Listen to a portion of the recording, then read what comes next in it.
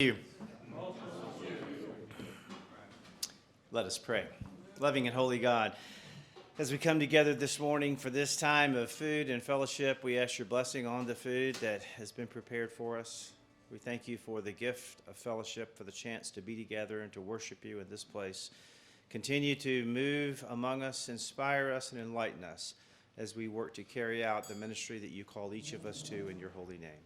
All of this we ask in the name of your Son, Jesus. Amen. Amen. Good morning. I am glad that you're here and hope you had a nice time of Thanksgiving and celebration this week. This morning I wanted us to have a chance to listen to and then to talk with Valerie Patton. I hope that you've had a chance to introduce yourself to Valerie. If you did not already know her, she knew quite a few people here in our church. But I wanted us to have an opportunity to learn a little bit more about her gifts and the way that she has been involved in a number of things in the St. Louis area for a long time, but also learn a little bit more about the path that she's on that will lead her to being ordained as a deacon, and I believe that's going to happen this summer. Is that right, Valerie? In June, yes. So I want to say just a little bit about Valerie from some things that she sent to me, and then I'm going to let her talk. But before I do that, I want to make sure that sometimes it's a little bit confusing, I think, about when we talk about someone who's going to be ordained to what's referred to as either being a vocational deacon or a permanent deacon, which is what Valerie will become in June, as opposed to someone like Zach Rugenstone, who will also be ordained a deacon. That's going to actually happen on December the 9th. But Zach is moving toward the priesthood, and so everyone who becomes a priest is first ordained a deacon, and that's referred to as being a transitional deacon. But the ministry of a deacon in the church is a very historic one. It's a very important one. And Valerie can say a little bit more about her sense of calling to that. But those who are called to be vocational deacons serve a unique role, not only in the liturgical life of the church, but also in the ongoing work and ministry of the church, especially as it pertains to outreach and to helping the church to address the needs and the concerns and the hopes of the world, and bringing those to us and helping to kind of be those who push on us and who say, hey, this is something we need to think about. This is something that we need to address. The best and most effective deacons I've ever known have been those who have been sometimes the biggest pains in my you-know-what, but in a good way. And that's what they're called. That's what they're called to do and called to be. Valerie Patton. This is part of what Valerie has said about herself. I believe God is calling me to expand my ministries in leadership, in economic development, diversity, equity, and inclusion, social and economic justice, and serving God's people. I am in a faith walk, getting closer and closer to God each day by loving my neighborhood as myself, by being of service to others, and my brother and sister's keeper. I'm so blessed to do God's work in his church. Valerie is a lifelong Episcopalian. She's a member of All Saints, which is on Kings Highway, and Terry in North, which was on Kings Highway, and Terry in North St. Louis, and is now become the Episcopal Church of All Saints and Ascension in Northwoods, Missouri. She was baptized and confirmed in the Episcopal Church. She has served in many capacities in the church. And in her professional and civic life, she is a native St. Louisan. She holds degrees from Howard University, Webster University, and WashU, and is currently completing studies at Eden Theological Seminary. She has been involved professionally in so many ways on boards and with various companies and organizations that I'm not even going to go through all that. I'm just going to let her say a little bit more about what she wants to say about that. But it's a real privilege for us to have Valerie here with us during this time when she's doing an internship, which is one of the requirements for ordination. If she's continuing to discern God's call, then this is part of helping her to continue that discernment, and is something that our bishop and the Commission on Ministry in our diocese requires. So, Valerie, the floor is yours.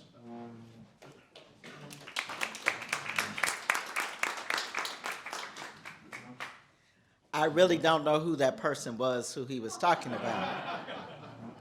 So as you get to know me and we get to know each other, I tend to have a really pretty big sense of humor.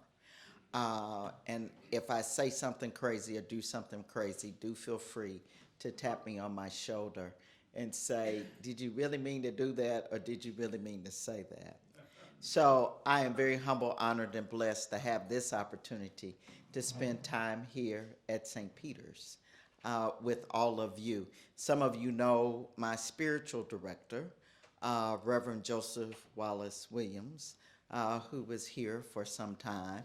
So yes, he is my spiritual director. So you can only imagine what that relationship is like.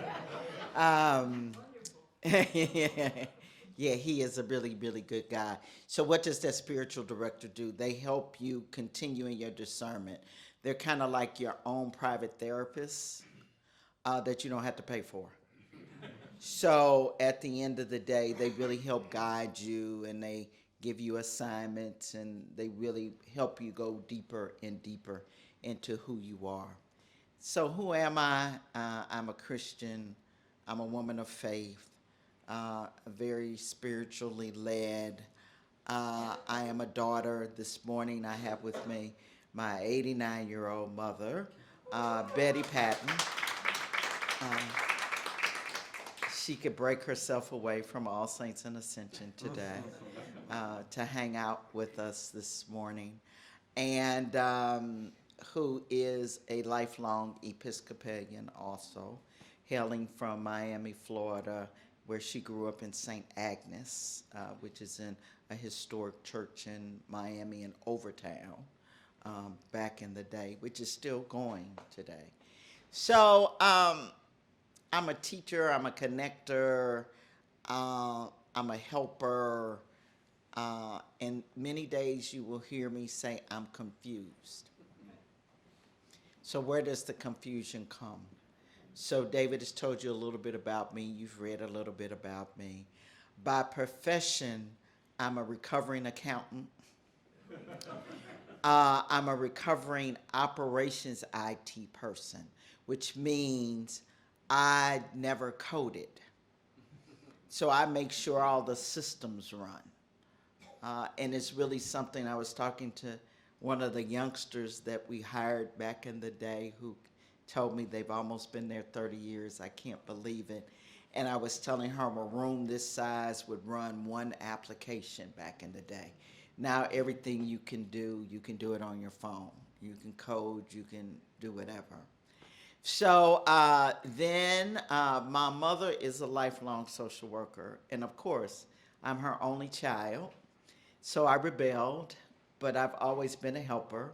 So after 2.5 business degrees, I went to social work school, and at the Brown School, where my emphasis, though, is in social and economic development.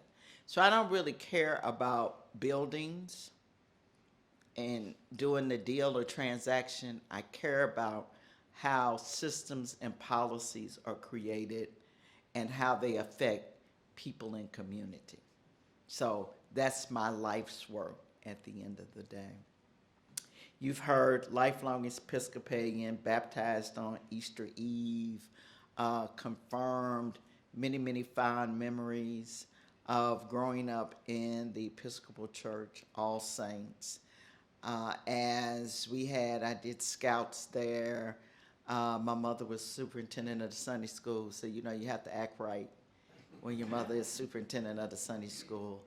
But she also worked faithfully in the altar guild for many, many years. So Dee Dee, I get the altar guild stuff. Uh, I really do. And actually, in this discernment process, in following this call, is I can do anything I'm asked to do because I just am that kind of helper. So if you need me to light candles, if you need me to, pass a chalice or do whatever, that's all I've ever known. Hold the book, gospel book. Yeah, I do that a lot. You do that a lot too. So you really do, because how I was taught, Reverend David, was you're supposed to always anticipate the needs of the priest. So that means you've got to learn how to listen and observe and watch. So you're always supposed to anticipate. You should never have to turn to me and say, do this. I should be able to read him well enough to say, okay, I need to move here or I need to move here. So the call, I ran. And they say every good preacher runs. So I ran when I went to social work school, I was really, really getting into the discernment on whether or not it was between divinity and social work. And at that point in time, frankly, I did not go into ministry because I didn't see anybody look like me. So, you have to remember, I'm young. I am 67 years young. I am very proud of all 67 because it's been a good ride, and it's been like any other roller coaster ride. There are days you way up here, and then there are days you drop down in the valley, and then you take a couple of turns, and you go along the way. So the call has always been to help people have better lives through transformation and change, whatever that looks like. So living in this community, lived here, grew up here, went to undergraduate school in D.C., came back, worked. I'm on my third professional career right now. So telecommunications for 20 years, 5 years in banking. If there are any bankers in the room, I ran out of banking. Banking just wasn't my thing. And now for the last 20, I've been doing this, what I call God's work, being that social economic developer in an economic development organization. So you can only imagine, my friend, I tend to be the unicorn because it's all about business attraction and business retention.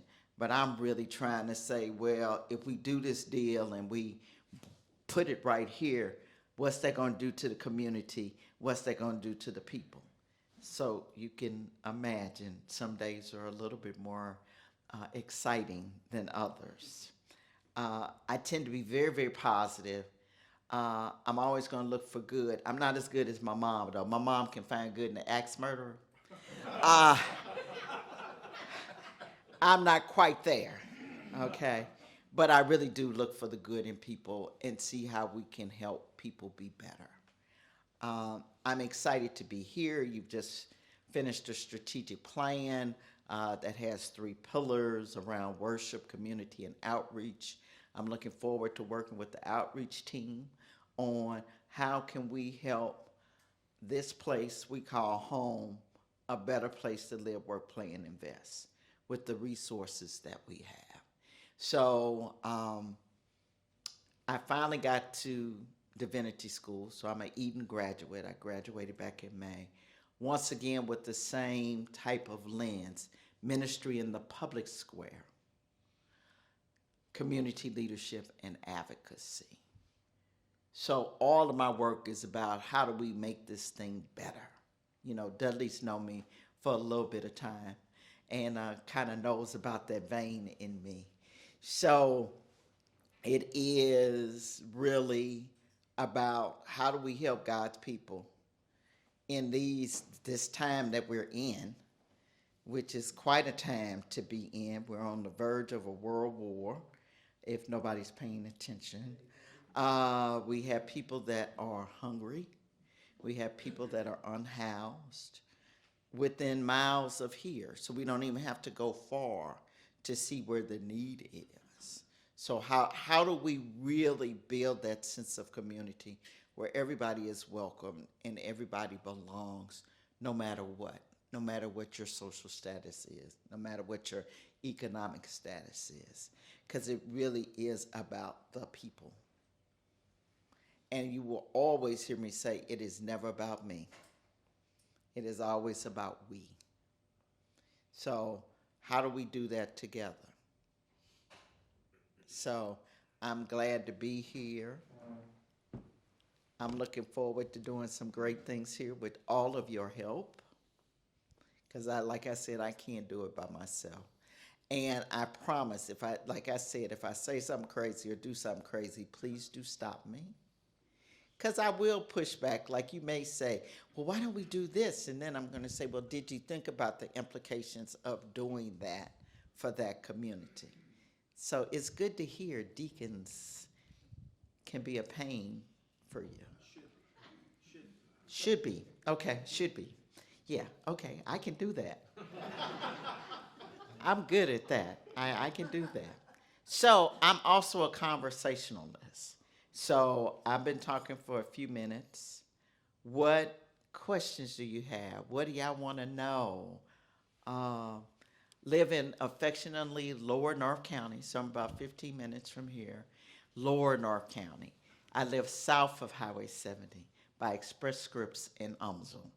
So lower, people like Lower North County.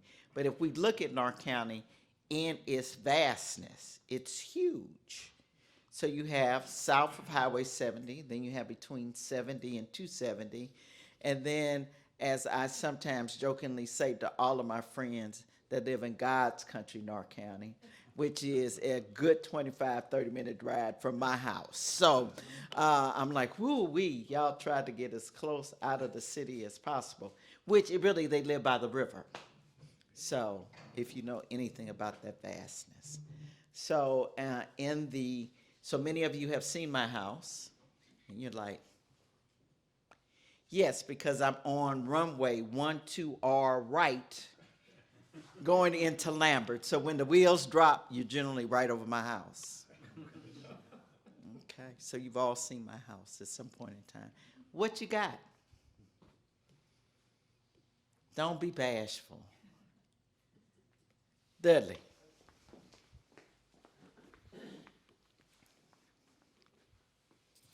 We're wonderful to have your mother here. Welcome.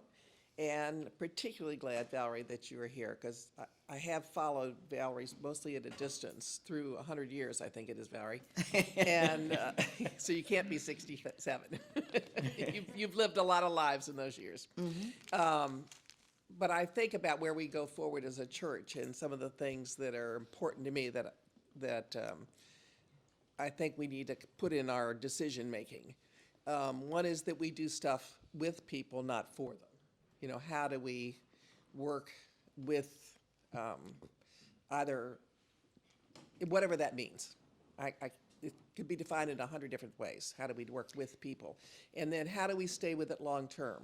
I don't think we can do, there's spot things that I work on, because like the coat drive that the Claggets and stuff worked with, and, that was needed. But that was part of Trinity for the long term, with Trinity and what they needed was sort of the way I saw that one. And then the last piece is, I think we're getting resistance from people when we talk about diversity, inclusion, equity, diversity, inclusion, that those words stop people in their tracks and they're pushed away rather than included. So how do we reach those ends of enabling people to participate, but that we bring people with us, that we're all moving in the same direction? Long talk. Love sorry. you. No, I love you. Sorry. Love it. So let me start with one of the things David and I have started a conversation with, and also Jimmy. Jimmy Grimmett? Yeah, Jimmy. Everybody knows Jimmy. Everybody knows Jimmy. So I would love for us to become in community with All Saints and Ascension. So that is one thing we've kind of talked about. We haven't done the cocktail napkin thing. So The cocktail napkin, where you put the whole plan on the cocktail napkin. You know, we haven't done that part yet. Yeah, we haven't done that part yet, but we have started a conversation around that. One. Two, I get it. So what I need you to think about is not being saviors and working in charity. It is about building relationship and community. So that's hard. How many of you been married over 20 years? And you're still married? Okay. Everybody's still married. Okay. Cool. So you're like, okay, where is this going? There have been days that it's been a little tough. Okay. But you didn't give up on that person. You stayed with them. And you worked through it. Same thing with dealing with people that are different than you. You got to work through it. And then you got to be vulnerable, and everybody has to work together with it. So, you know, you're going to ask some questions that one may find to be offensive. But as you're building relationship, you should be able to work through it. Especially if you're coming with from a genuine and authentic place. Oh yeah, you know, I got 18 titles. Everybody is amazed that you can put all the titles on one business card for me. So one of my titles is Chief Diversity, Equity, and Inclusion Officer. Diversity, equity, and inclusion right now is shrinking, okay? For a lot of different things, because what really generally happens in my world, it has to be something episodic to happen. The last big episodic thing was George Floyd. So we hired a lot of people, we did a lot of things. Now we're kind of like, So we're shrinking. But in the shrinking, there's a new diversity that's coming up called neurodiversity, which is around autism and ADHD and ADD. So it's really dealing with all of those kind of mental health issues. So it is to be more accepting. Neurodiversity is playing big in the workplace right now because it's like, why can't Dudley sit still? Why is she moving every 5 minutes? You know, so now we're saying, okay, especially with Gen Zers who have had a lot of trauma. Okay, all of us in this room have had trauma. It's a little thing called COVID that kind of threw all of us into some degree of trauma. So it's being able to work with all those people. We got 5 generations in the workforce right now. You can only imagine. I was talking to my friend up here. I was saying, I wonder how much longer my environment is going to be able to go with, we come in every day, we work 5 days a week, and we don't have a remote work policy. And we're hiring a lot of Gen Zers. So I'm wondering how much longer we're going to be in that state. Because they want to come in when they want to come in. They want to do what they want to do. Okay? But then you got a baby boomer like me is saying, okay, I don't care if we come in or out, which I'm kind of an anomaly there. But what are we going to do to get this done? So you're right. You know, it's really about you want to treat people the way you want to be treated, no matter what they look like. And in whatever relationship we're in, we all have to be a little bit vulnerable. It's really funny, so I'll pick on David. So David and I get an email that says, well, David first got a call. Let me get the story halfway straight. He first got a call from the archdeacon saying, hey, got this person. We're going to send them out there. He's like, well, can I at least talk to them before they show up? So I come out, we talk, we're cool. At least I was cool when I left. You were cool too? He was cool too? Okay. You know, and it was good because he gave me a tour and everything was, you know. And I was like, I'm up for the challenge. So my first internship was at Emmanuel in Webster Groves with Reverend Valerie Patton. And I was like, okay, it's a learning experience for me. Then we kind of went on this who's on first, who's on second, who's on third. And the fact that we were cool and we were waiting to hear the Almighty say, let's get this thing done. And it took a little bit, but we finally got it done. And I'm like saying, I'm glad to be here. Everybody's been very warm, very welcoming, and the like. But part of it and growing the relationship, you know, yes, I know Dudley, I know Clark, I know Alan. I know people that are here who I hadn't seen in a while. Clark and I are working on Grace Hill together, which I would also like you all to think about, the reimagining and reopening of that campus. The Grace Hill, what was Grace Hill Settlement, and Grace Hill, now Grace Hill. So the bishop, y'all know the bishop got a lot of energy and a lot of dreams. We all try to keep up. But yeah, that is one of the things he would really love to do. Have spent some time in New Orleans looking at a model called Anna's Place, which is part of the Episcopal Church in New Orleans, in Treme, for those of you that may know New Orleans. So Dudley, it's just work to do. It's just how do we do sustainable, long-term things that are not savior and charity work, and how do we learn how to be in relationship with one another to really build the best relationships we can, because it's going to take people to get it done. I hate to say that. Not the money, it's not all the resources, but if the people can't get together, we'll get nothing done. As we say in the Bible, you know, where there is no vision, the people perish. So the people have to work together to make it all work. Yes, sir. You remind me of a book. Thank you. You remind me of a book I read several years ago that was very enlightening called Toxic Charity by a Presbyterian minister that I'd recommend to everybody. But you also talked about your relationship with Ascension, and I'd like to hear a little more about that. I do everything Reverend Renee asked me to do. Okay. So, like I said, it is right now, I am still leading the food ministry, which we have reimagined since COVID. So, Eden Theological Seminary, my capstone project was on food insecurity, which is a big subject. My capstone project was also very big. I was told by my capstone advisor, it was like, how are you gonna get this done? So phase one of it was to reimagine our food ministry. So we have an outdoor food pantry.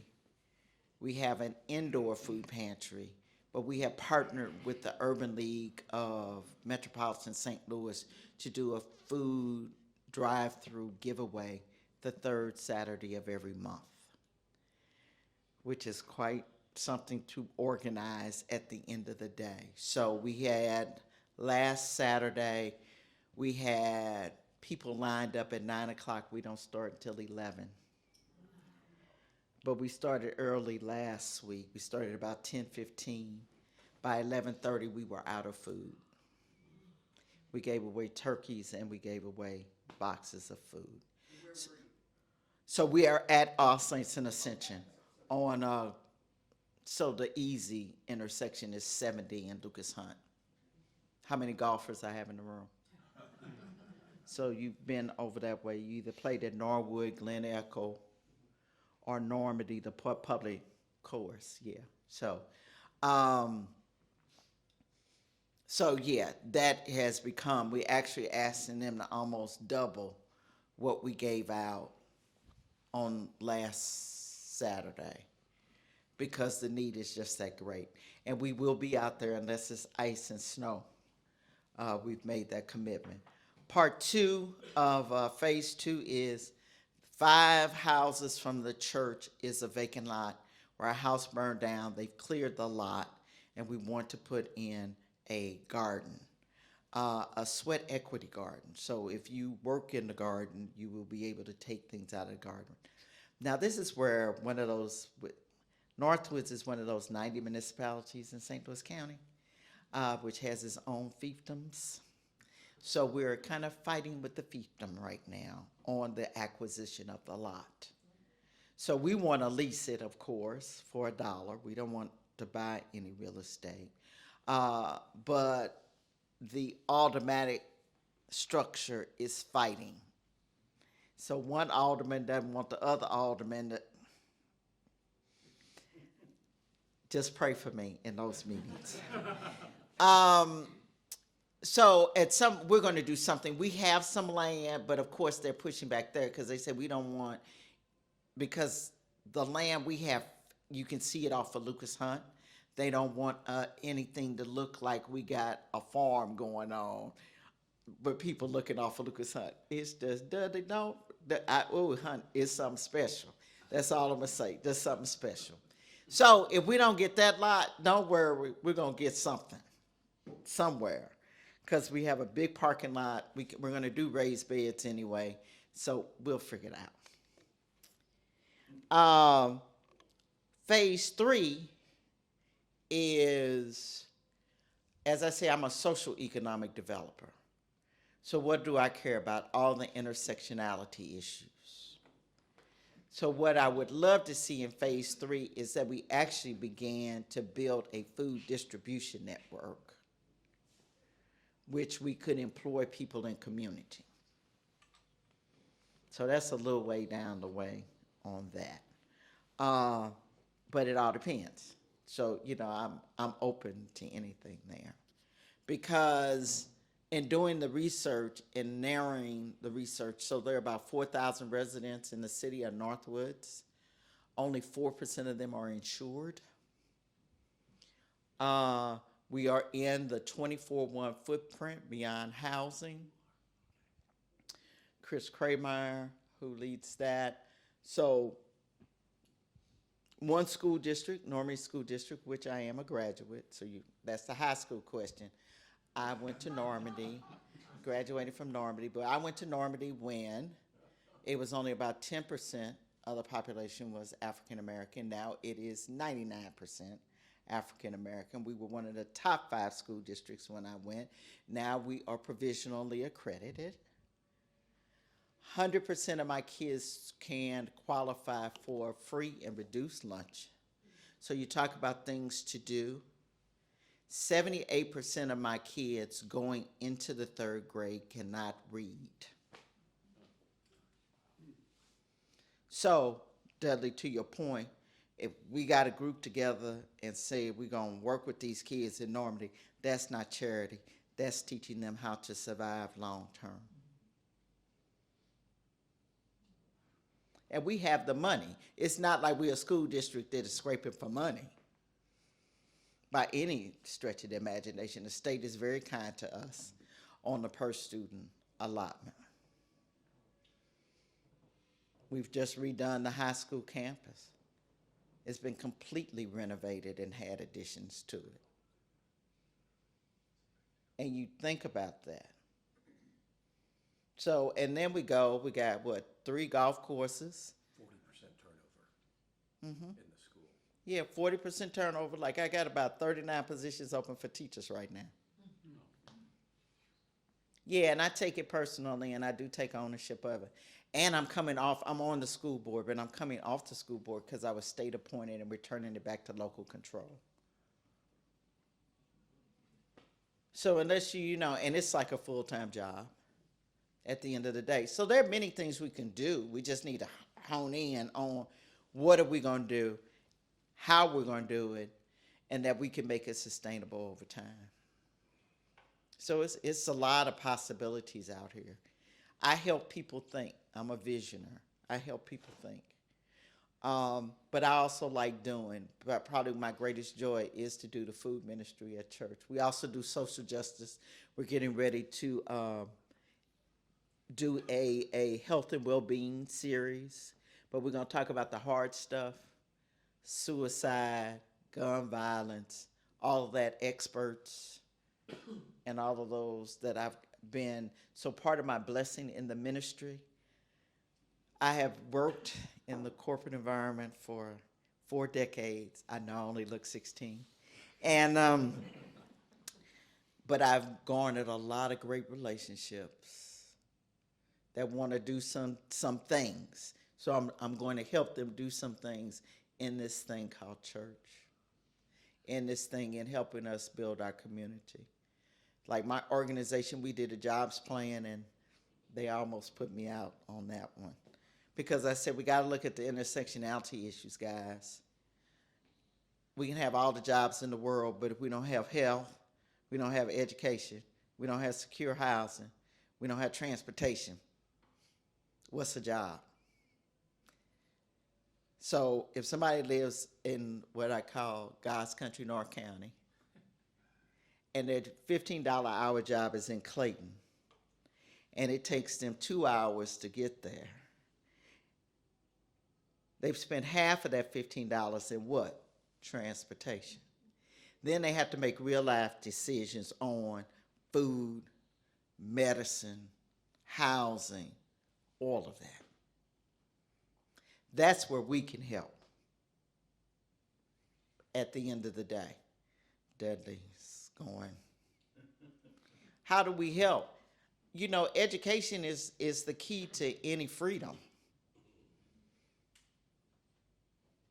Everybody wants better. Everybody. You know, and that's why I say in that building relationship, I can't talk about somebody being unhoused. Oh, I got to shut up. Y'all know we got to get ready for 10:30. But everybody wants to be at least equal, have some equity out there. You know, whether I can do it or not, I want to be able to go in the Straubs. Whether I want to be there or not, really. But I want to be able to have the opportunity to go in there. The choice. I was in my research in Baltimore. There was a street very similar to Del Mar, and which helped start the Black Food something network. I always leave a word out of that network. But the pastor's church is on this side, and they started their garden because on the other side was a Whole Foods-like store. So his parishioners couldn't cross the street and really shop in this Whole Foods-like store. And they weren't treated with dignity and respect. So he started his own food network, which is now in 26 states and has about 300 churches in the network.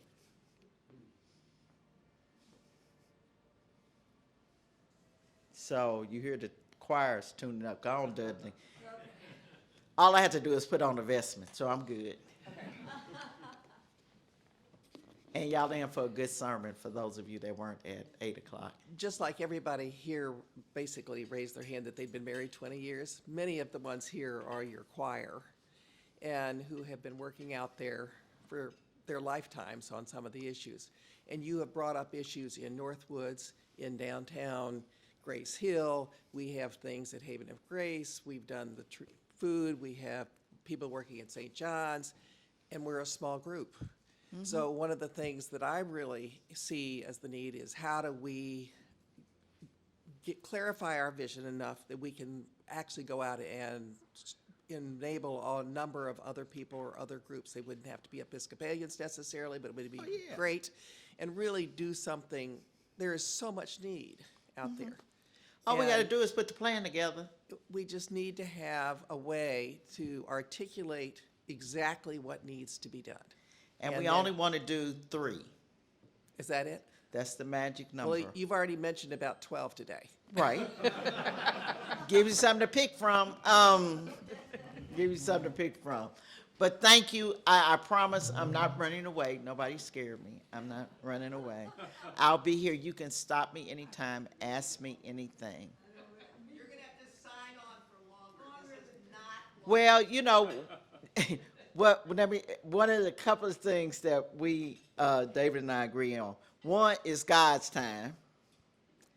Two, I can say this out loud, which is relatively true. Generally, deacons get assigned 2 parishes. So you stay in your home parish, and then you get another one. Maybe if you all push David enough to push the bishop enough, because the bishop makes all the decisions, it might work. You never know. You never know. But I'm here, just like I still do a couple of things that I worked at Emmanuel with their racial justice ministry. So we still talk from time to time on stuff. But I'm not going anywhere today. I promise. Today. Thank you for your time. Thank you for your attention. God bless. Is it okay if I close by telling the story about convention? Oh, yeah, you Yeah. can tell it. So when Valerie and I first met, we were talking some about St. Peter's and the demographics of our community, and I shared with her that from one of the things that I have worked to try to dispel are some of the stereotypes that exist in the diocese about our church.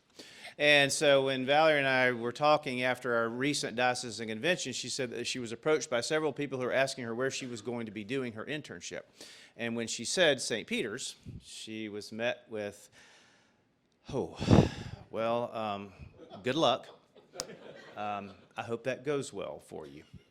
So one of the things that she and I are determined to try to do is to continue to try to help others understand that we may be more than our appearances, which I really do think is really important. And I've also shared with her Shug Goodlow's experience here and how profound an impact that this church made on her and that you all made on her. So I'm grateful that we can have Valerie here and that we can continue to work on some of these things that I think are critically important and look for ways for us to be able to more fully engage in the work and ministry and the life of our diocese in significant ways. Thank you. Dudley, don't look so. Don't worry. Don't worry. She always looks that way, though. That's, No, see, that's the Dudley I know. That's the Dudley. Thank you all.